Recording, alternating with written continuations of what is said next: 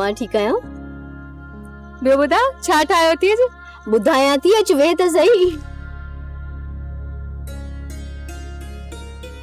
असां आहियूं गरीब, बस साग ही पचाए सघूं था। घर जे कमकार में थकजी पई हुजी त मां तुंहिंजी मदद करायां? तुंहिंजी दुआ घुर्जे। मां पाण शींह आहियां, समूरे घर जो कमकार पाण करे थी वठां। हो असल में ॻाल्हि इहा हुई त गूंगो आयो मूंखे सॾण। मां हुनजी अधु ॻाल्हि सम्झम ऐं अधु न। ॾे ख़बर कीअं घुरायो अथई? ॻाल्हि इहा आहे जो असां राति जो अकेला था थियूं, सो इन करे तोखे घुरायो अथमि। हाँ, पर दिल में को वहम अथई त मूंखे ॿुधाए जा।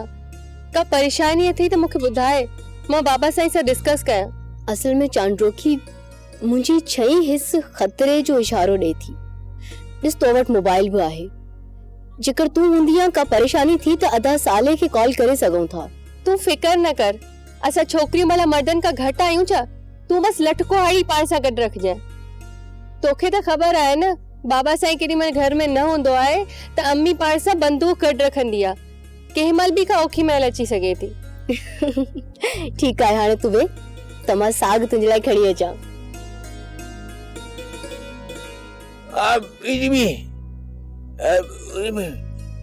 भाभी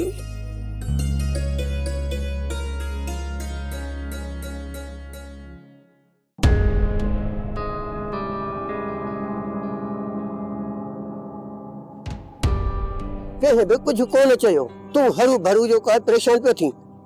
चई पियो त माण्हू थुकूं वेंदा, कंहिं बि अखर ॻाल्हायो? तोखे ख़बर आहे न त मुंहं ते माण्हू कुते खे बि कुतो न चवंदा। मञी न मञी ॻोठ जा माण्हू पाण खां कन हणंदा। हरू भरू केर बि असांजे टकर में कोन ईंदो। तूं मूंखे इहो ॿुधा, नंढे रेस जे डप खां अॻु में पाण सां केरु टकर में आयो आहे छा? यार, पाण खे सभ खां पहिरियों शेरोल ख़ान जी हाज़िरी भरणु खपे। सूबेदार ने भागे हथी देर सां कढिया त पोइ छा कयूं? हाणे सुबुह जो हली मिलंदासीं। ॿुधो, सालिहारी भेण नालो छा आहे? हुनजो बानू। तुंहिंजो घर हुननि जे भरिसां आहे। मौक़ो मिलई त रज़ा पुछी वठिजांसि। जेकॾहिं राज़ी हुजे त पंहिंजो रिश्तो जल्दी मोकिलिजांसि हुननि जे घर। मथां को टियों खंभे वञेसि।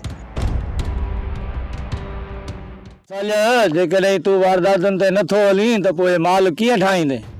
वॾा हथ पेर त हणणो पवंदो। दाड़ेले जी ज़िंदगीअ ते त को बि भरोसो न आहे। ज़िंदगी दाड़ेले जी हुजे या कंहिं आम इंसान जी, सब बेबका आहे। बाक़ी रहियो ॾोहण वारो मसलो, त मां हिते माण्हुनि खे फुरन लुटण या उन्हनि ते ज़ुल्म करणु कोन आयो, पर ज़ालिमनि खां पंहिंजो सिर बचाइण लाइ हिते निकितो। वॾा, वक़्त ऐं हालात तोखे इहे सभु करण ते मजबूर कंदियूं। जेखां तूं अॼु नफ़रत थो करी न, वक़्तु वॾो ज़ालिम आहे, इहे सभु तोखे करण ते मजबूर कंदो। हिन ज़ालिम वक़्त सां ई मुंहिंजी जंग आहे, बल्कि हिन वक़्त जी हर फ़िरौन ज़ालिम सां मुंहिंजी जंग आहे। पर समाज नज़र में तूं त भागेलो आहीं। वेरुन जी वस्ती, वेरुन जी वस्ती। सब्सक्राइब कयो असांजो official YouTube channel Singh TV HD drama ऐं वधीक अपडेट लाइ बेल आइकन खे क्लिक करियो।